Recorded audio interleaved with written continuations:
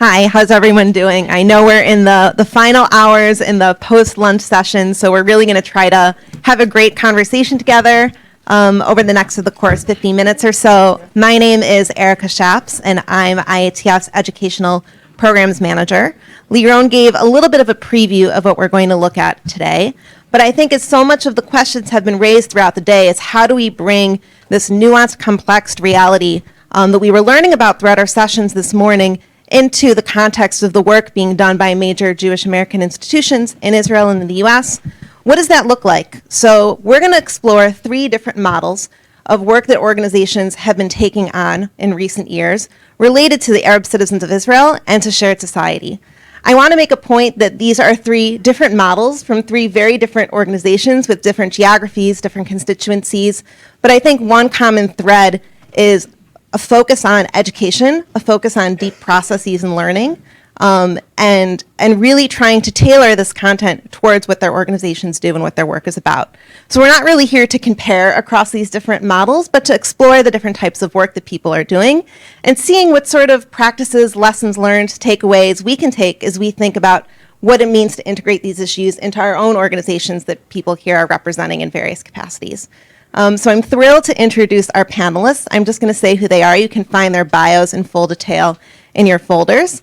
Rana is the director of the Center for Shared Society at the Hartman Institute.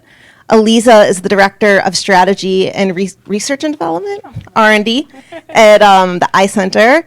And Ariel is the senior director of global partnerships at Combined Jewish Philanthropies in Boston. So to start us off, if we can just each share about what initiatives have your organizations taken on in the last couple of, I know in your case it's a few months, I think these are all initiatives in the last 2 years, even a couple of months. What is the initiative that you're working on, and why did your organization decide to take on this initiative at this time? أهلا وسهلا. أنا رنا فهوم، عربية فلسطينية from Nazareth originally, and I've been living in Jerusalem for the past almost 30 years. Thank you for having us here. So Hartman Institute, after May 2021, decided that, and most of you know the Hartman Institute, that you cannot discuss liberal Judaism and even liberal Zionism without taking into consideration 20% of the population of Israel, its relations to the state and the relation to the majority living in the state.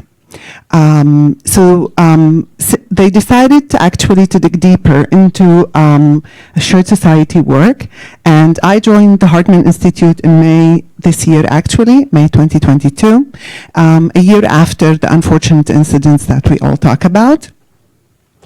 And the idea, since I cannot and we don't have enough time to dig into the kinds of projects that we are doing, but I'll try to give a general briefing of the kind of work and what rationale stands behind the work that we do. And then I want to also touch upon why Hartman. And maybe, you know what, maybe I should start with that, with why Hartman and why it's so important for us to be the new players in the field. So first of all, we are an institution which is deeply rooted both in Jerusalem and in North America, which actually opens possibility to a different kind of discourse, and this relates also to, touches upon a few of the things that Liron touched upon, the possibilities to explore relations between Palestinian citizens of Israel and the North American Jewry. Another thing that Hartman has a voice which is very, very strong from Judaism. And in a sense, many times religion is exactly the engine that actually cultivates hatred and cultivates incitement and cultivates extreme right wings stance. And what we're trying to do is to send a message that actually this is not the case at all, and not necessarily is the case, from the Jewish values and from the Muslim values, and I'll explain that in a minute, or if we have time for it.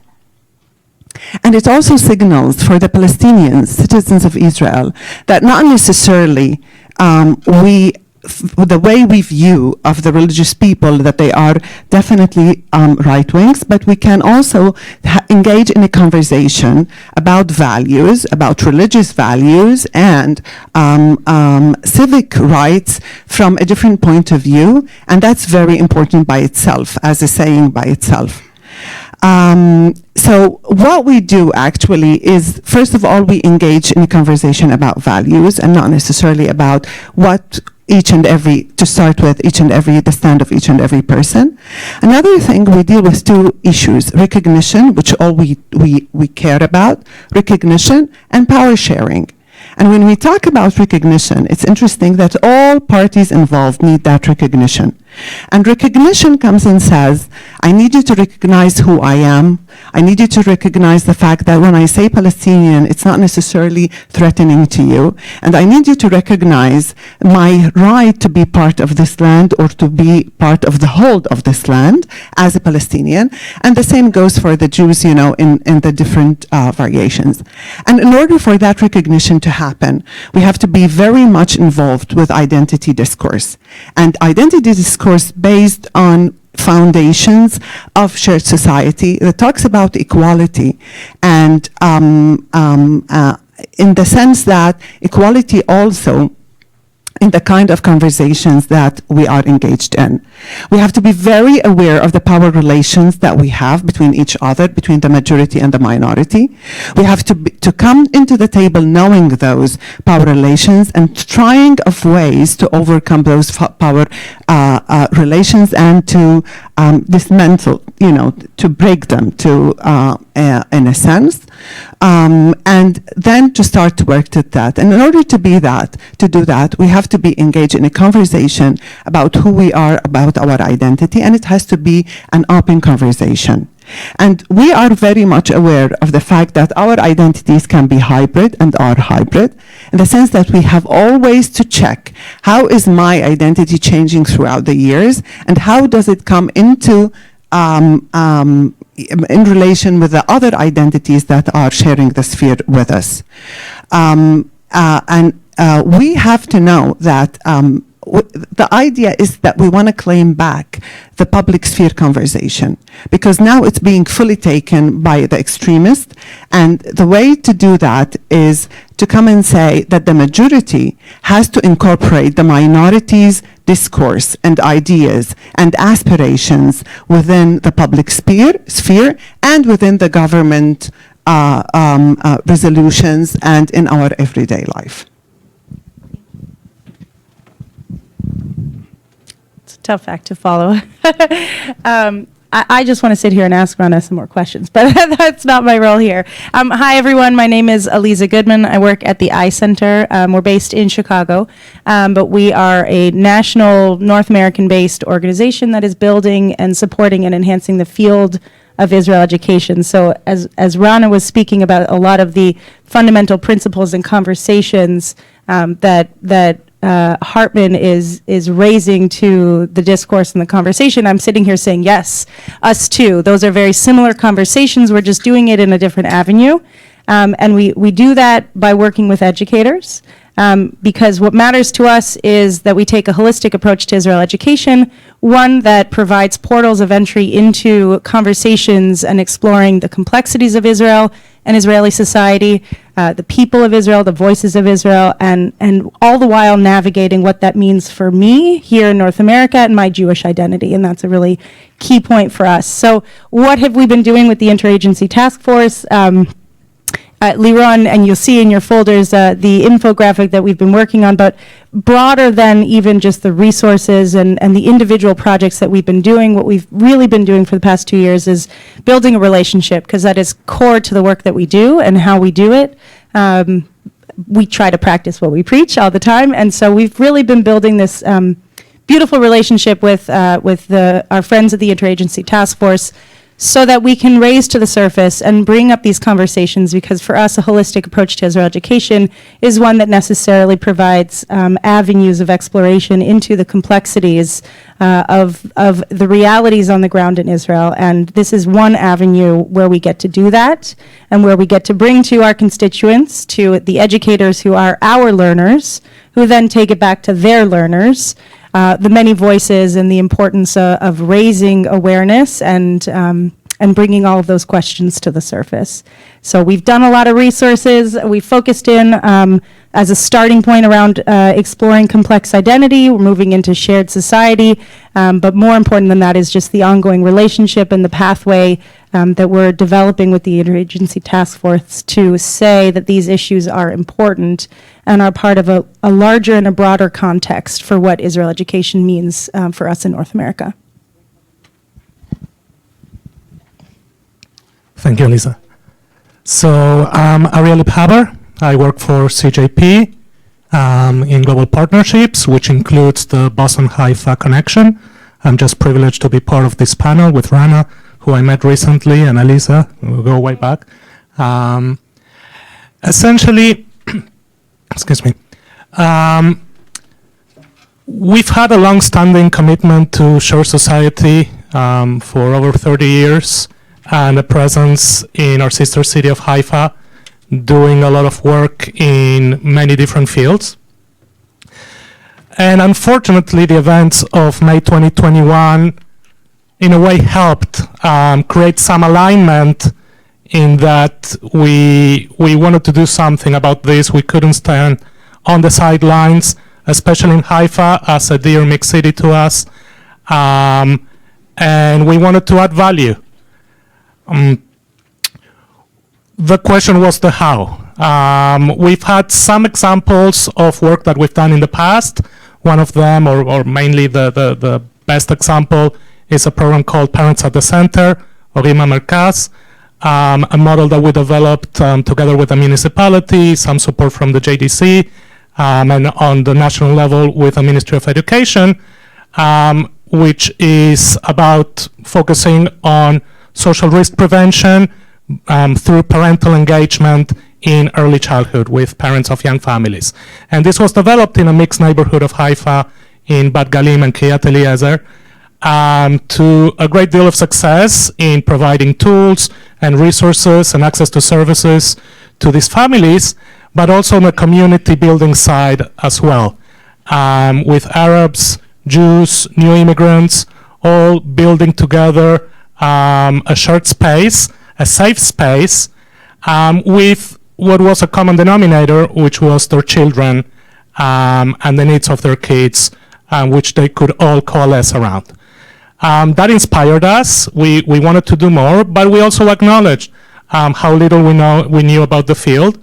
And with all humility, we wanted to go about it in our traditional Boston Haifa way, which is in terms of partnerships and collaboration and bringing together the right voices around the table. So we got together a group of Jews in Haifa, Arabs, and a group of interested parties and stakeholders in Boston as well, to try to learn together, hear from experts. Shahira was a part of that.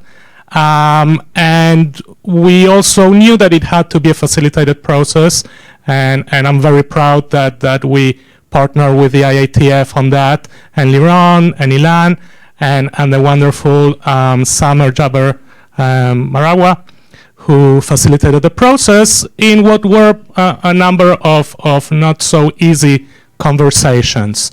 And many of the dynamics that were shared here today about power sharing, about dignity and respect, about narratives, about the complexity of the environment in which we were conducting our process, had an impact and an influence on it. So I'll elaborate later about where we now, but there were a number of fascinating lessons. We're still at the early stages of our process, and not nearly close enough to being able to implement initiatives. But we feel like we're on the right path, and we're engaging the right voices. Plenty more other voices need to be brought into the fold. And being here today is a great step in networking and in learning in this journey of ours. Thank you. Is this one working? Yes, we can leave that mic over there.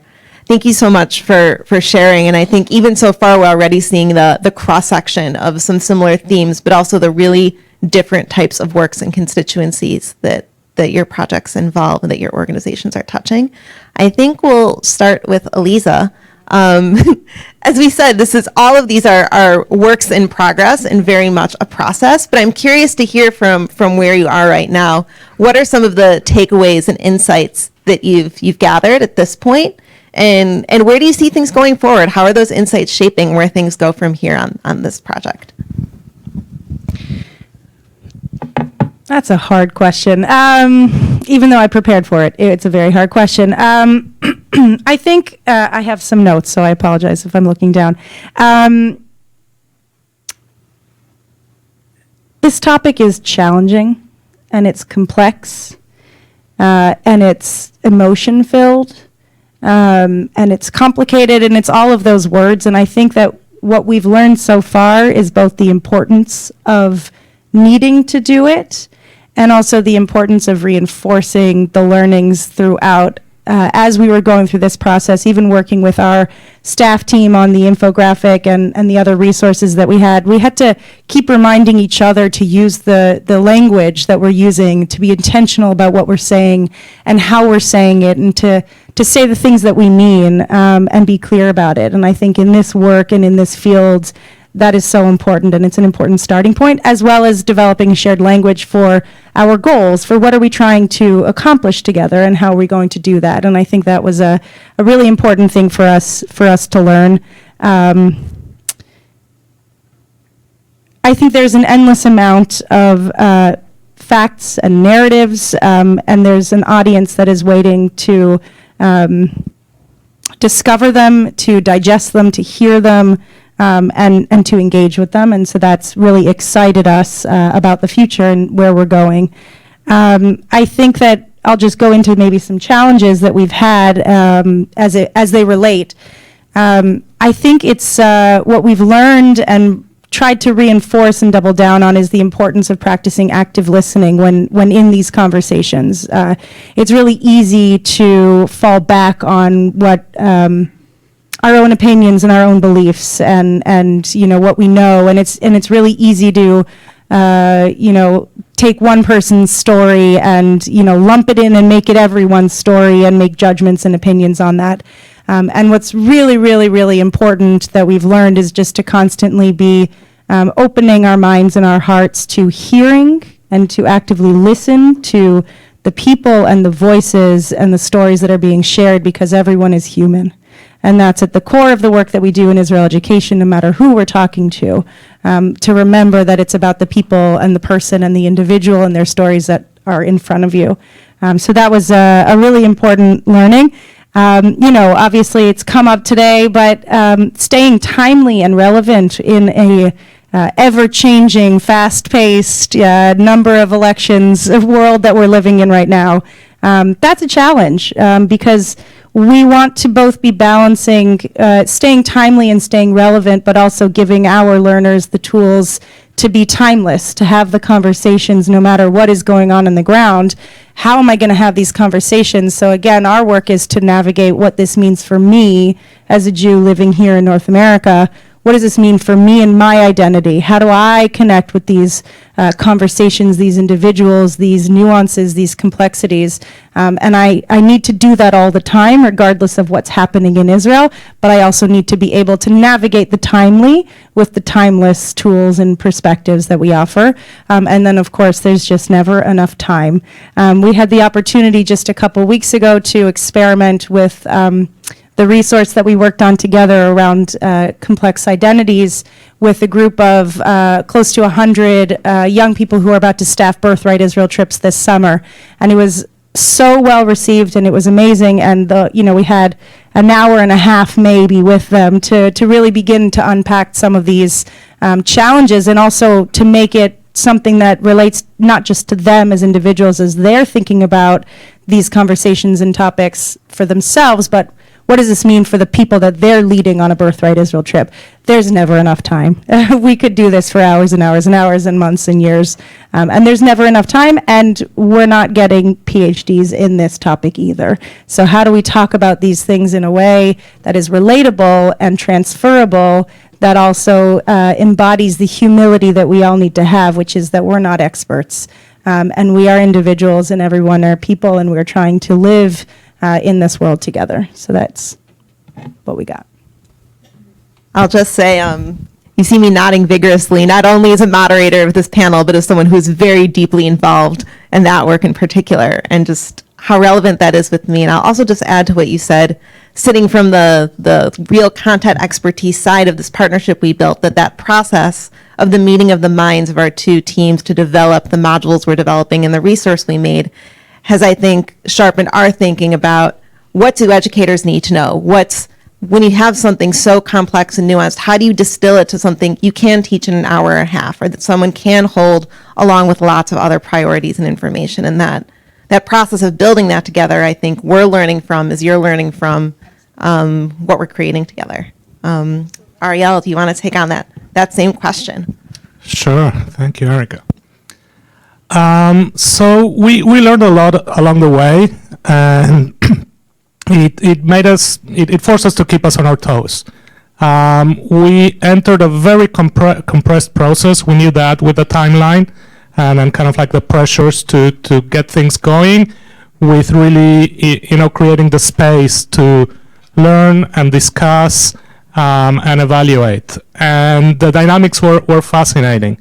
So on one end, a group of American Jews with the best of intentions, open-mindedness, and a set of resources coming to the table and saying, we want to help, we want to do something. And, having to face the reality that sometimes the what got a lot of pushback from the how, especially the Israeli side in those dynamics saying, we're not ready for the what, we're not ready for this content or that content. We first have to build trust and work on our relationship, our common vision, our challenges and our differences. And that became more apparent and more important, and we adapted on the go.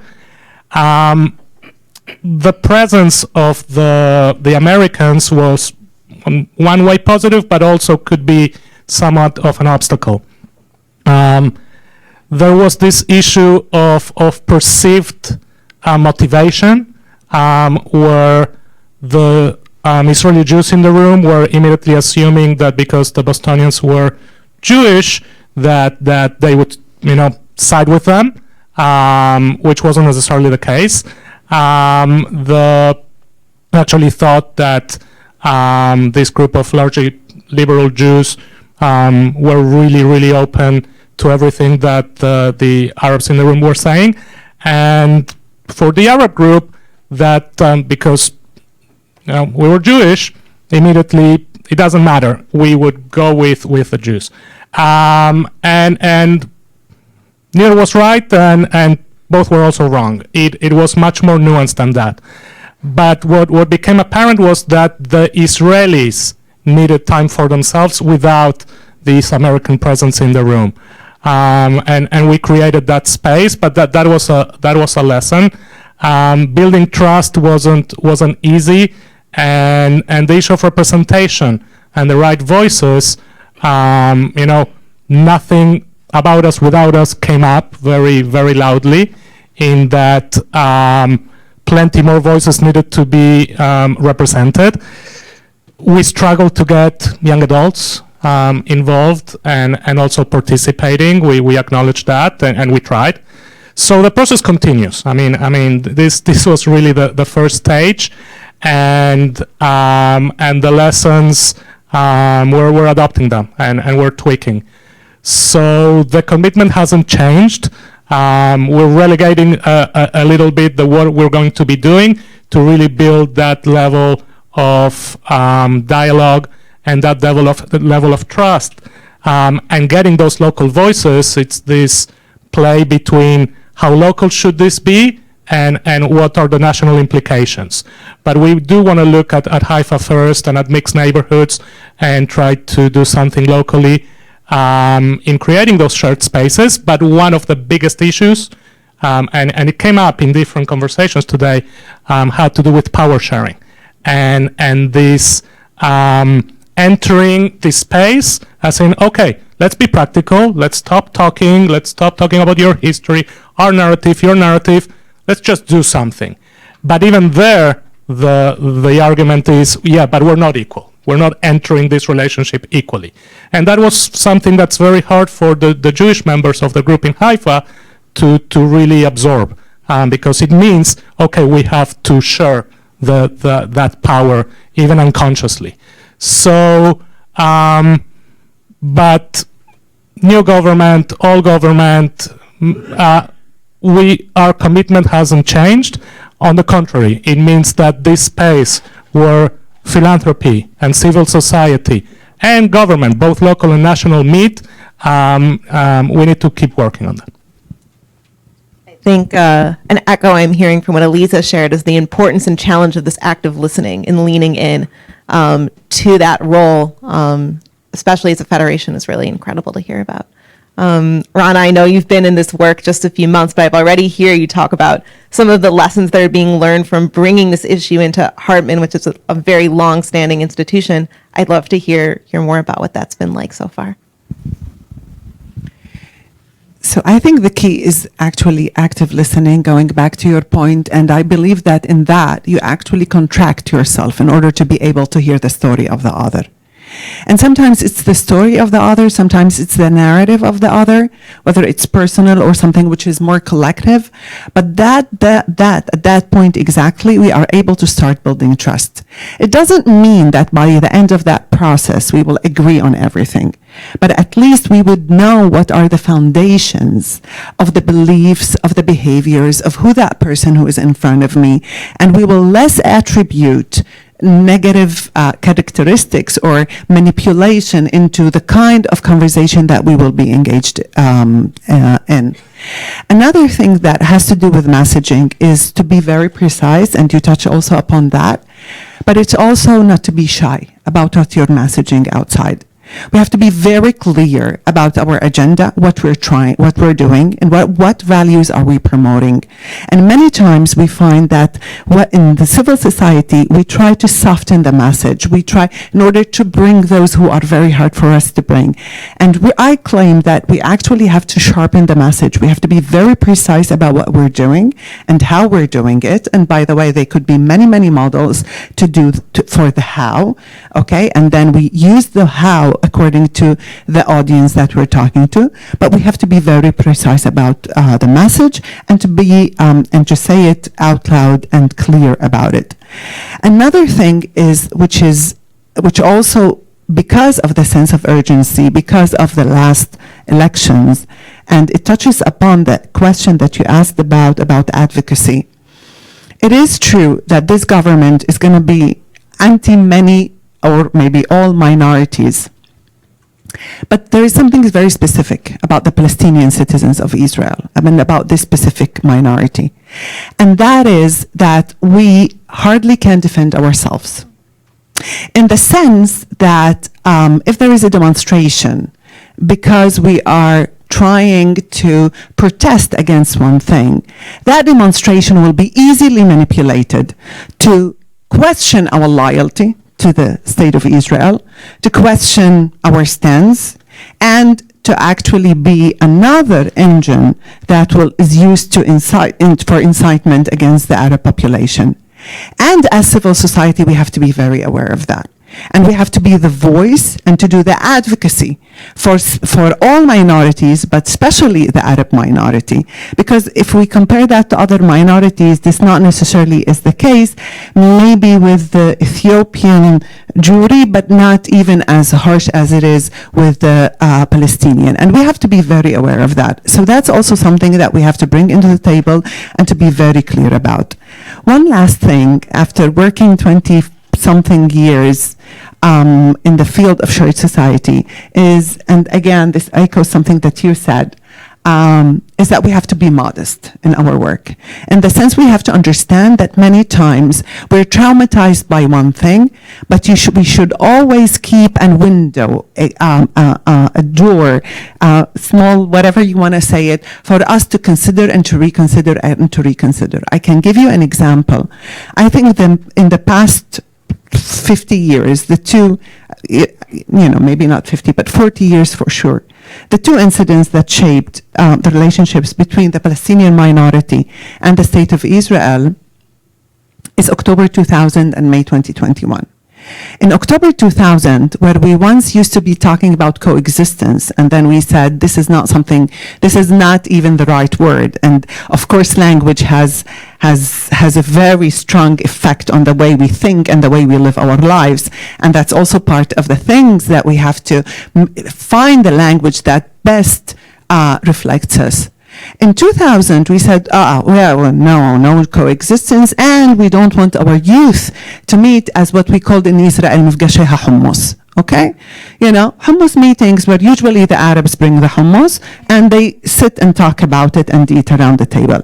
And we said that's not good enough because that's actually not working. And what we did is we overdid it. As simple as that. We overdid that we don't want the youth to meet casually. And what happens is, after 10, 15, 20 years, and I'm still against مفقشيها hummus, is that our youth hardly meets. They hardly meet. They come into the table and they hardly meet each other. Even in that slight chance that they had to meet, we overdid it. And the idea is that we have to be very careful and to be very moderate and to be able to question ourselves all the time. Whether is this the right path? Are we doing the right thing or not? Thank you so much. I think, as much as I said, we're not comparing across these different scenarios because you're doing such different work. These themes of investing in process, patience and humility in that process, active listening, language, are really coming forth in all of the work that you're doing. I want to open it up to questions from the audience, and I'm going to encourage both our question askers and our panelists to keep their answers fairly brief so we can hear from as many voices as possible. Does this one work? Yes. Thank you all very much. We fund iCenter, so I'm so excited about this. My question is actually more of that 30,000-foot perspective. From the Americans who are participating in these interactions or these interventions, are you finding that one of the challenges is that for them, Israel is a concept versus a reality? I think that's probably a good question for you to start with, Aliza. Yes. No, I mean, I think that's exactly the tension, right? Is the concept versus the reality, or I think the ideal, right? Is Israel an ideal state, or is it a state of ideals? A mentor and teacher of mine, Zohar Raviv, always reminds us of that and says that a lot. And I think that's exactly the tension that we want to bring to our learners, our educators, our constituents, is to explore that and to have the humility to recognize what it is I might have come in thinking whenever you have an experience like that, and then to say, okay, how did I change through this experience? What am I seeing? Was I actually approaching this, from my rose-colored goggles view of what's going on, and what's the reality? And again, what's the middle ground? It's okay to say that there's a middle ground, and it's okay to navigate through that midpoint of those tensions. But I think that's one of the main questions that we like to explore when we're talking about Israel education and the foundations of that. Is Israel up on a pedestal and therefore, violating all of my, beliefs, or is Israel just a pretty young state that is trying to do its best? And honestly, it's definitely all of the above and somewhere in between in all the areas of gray. And I think that's central to our approach to Israel education, and to provide as many opportunities to see the many realities on the ground. There isn't one reality. There are many realities wherever you go. whoever you talk to, everyone's view, everyone's worldview is shaped by something. I really appreciated your distinction between story and narrative too, because I think that's really, really important. Our narratives are shaped by a lot of things, including our own history, our own worldviews. They're often collective narratives. Our stories are the individual pieces, and we need to create space where we can grapple with and hold a lot of truths to be true at the same time. And again, for us, it comes back to, what does this mean for me as I am a young, proud Jew in North America? What does this mean? What does this mean for me? And how is this going to impact or shape the way that I act in this world? And I don't, at the iCenter and me personally, I don't really care what that means. I care that it means something. And I care that you come out that side. We are a nonpartisan organization. I think that we try as much to open as many portals of entry point into, again, these complexities. So I would just, I just add one thought, again, as the person who's been doing this work with you so much, is I think that this issue in particular presents a real chance to bring that reality into the education as a portal, as a pathway, and that bringing those realities forth actually creates a lot of opening for curiosity, engagement, touch points, connections, curiosities, when you take it down from being a concept, is some of what we've been exploring and seeing. I'll just add, framing really matters also, and how we create the space is almost more important than what happens in that space. And I think as educators, that part of our work matters, because as we've set up here, we may not have the openness to hear the realities, or to really listen to, or to really understand and shape those realities. We need to frame that space so that people can come into it and be able to try and accept. And Erica's just a phenomenal educator and moderator, and it's so great to get to work with her and also be here in real time doing it, not on a screen. Do you have another question?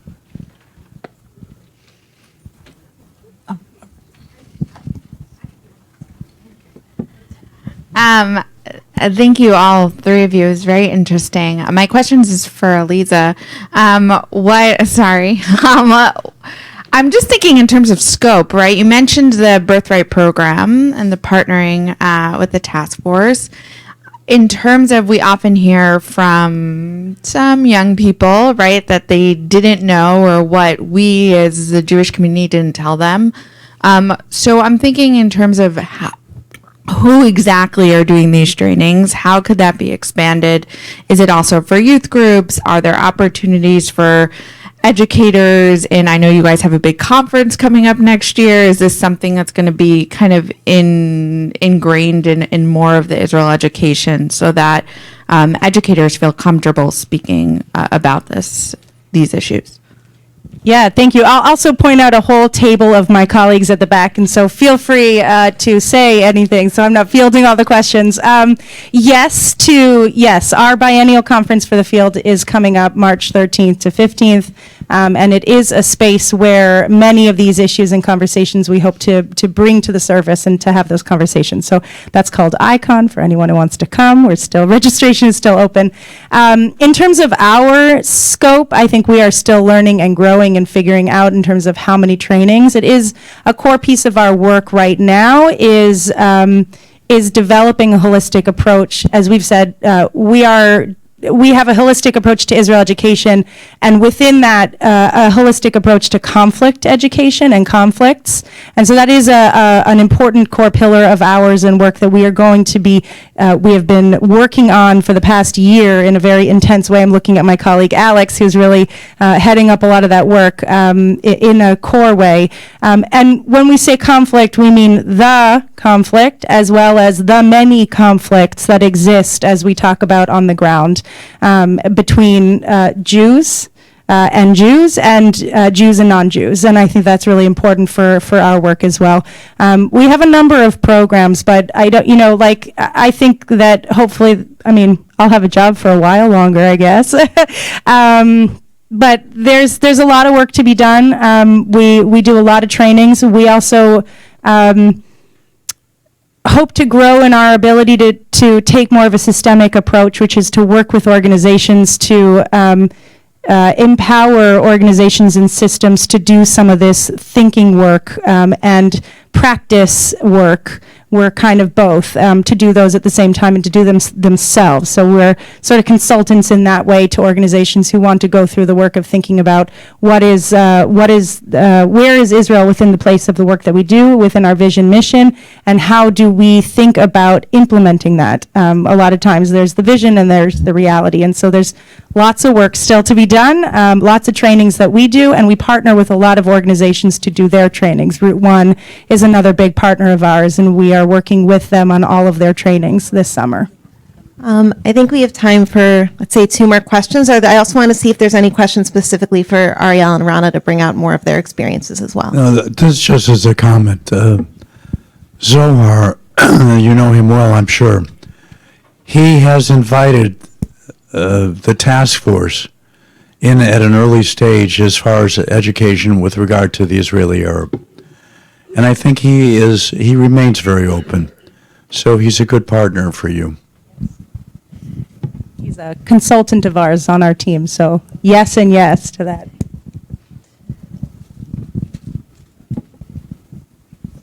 I'm not sure how to state my question, but is there any differentiation between Palestinian Christian and Palestinian Muslims in terms of how to solve the problems and how to approach the problem? I'm going to reframe the question slightly to make it to some of the stuff that the work you've been doing. I'm wondering, Rana, first, in the work that you do, if you've seen, do those differences across religion, especially, as you said, religion being so central to the way you're approaching work at Hartman, has that come up so far? So it is because historically that's what Hartman does. However, when we work, when it comes to the church society work, religion is only one anchor, not only, but it's one anchor, but we have different anchors too. And the national narrative is also very present in the room, especially in some of the programs that we have for years, like Libhaber, and some of the people around the table know that very well.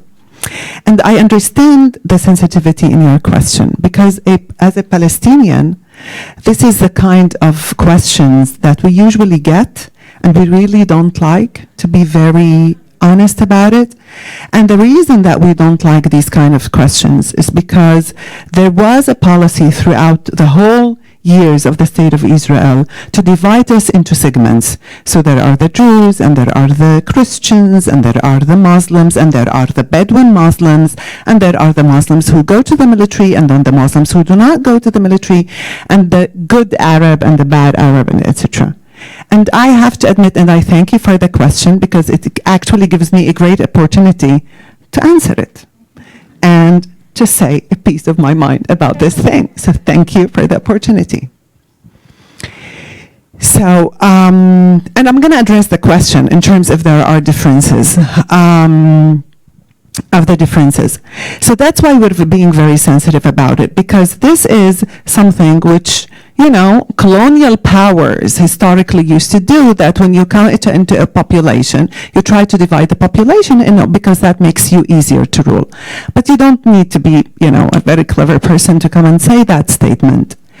The thing is that we have our differences. As a nation, we have our differences. And a Muslim Palestinian in Nazareth is very different than a Muslim Palestinian in the Triangle area. And many times I find much common grounds with a liberal Jew rather than I find with a non-liberal Muslim. I'm Muslim, by the way, with a non-liberal Muslim. So the differences are there. Whether they are collectively or whether they are individual, there are there also too. However, we stand by the fact that the kind of relationship that we have with the State of Israel and with the Jewish majority in Israel are not based on these differences. On the contrary, my child would experience the same feelings walking down the streets of Jerusalem as would my friend's son, who's a Christian too. It is the case that many times we hear this discourse that it's easier with the Christians because they're more modern, they're more moderate, etc. Actually, the main thought leaders of the Palestinian national movement in Israel are Christians. So, there are variations. It differs individually and locally and upon the place there are. Going back to your question, going back to your question, is that when we do think, we actually talk about Islam, Judaism, like Manhabirot, for instance, and Christianity, but it's the Palestinian, it's the Middle Eastern Christianity, which is a little bit different than the American Christianity. So we do talk about all three religions, and if we have Jews in the group, we actually touch upon that too. We'll take one final brief question.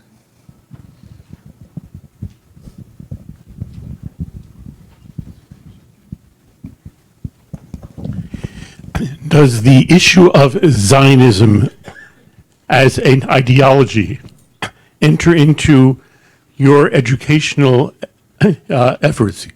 And I just point out that Shula Dichter has argued for a redefinition of Zionism to facilitate the process.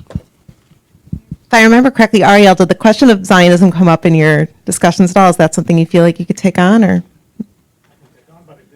Okay. Anyone who wants to take on this last question, feel free. We'll start over there.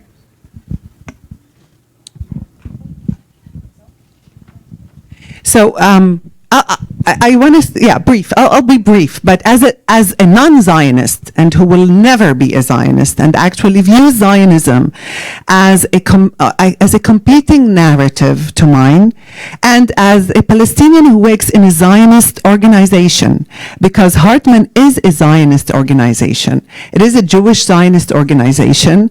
Again, that could be very tricky. So when we learn about the other, because we do our learning and our teaching in different circles.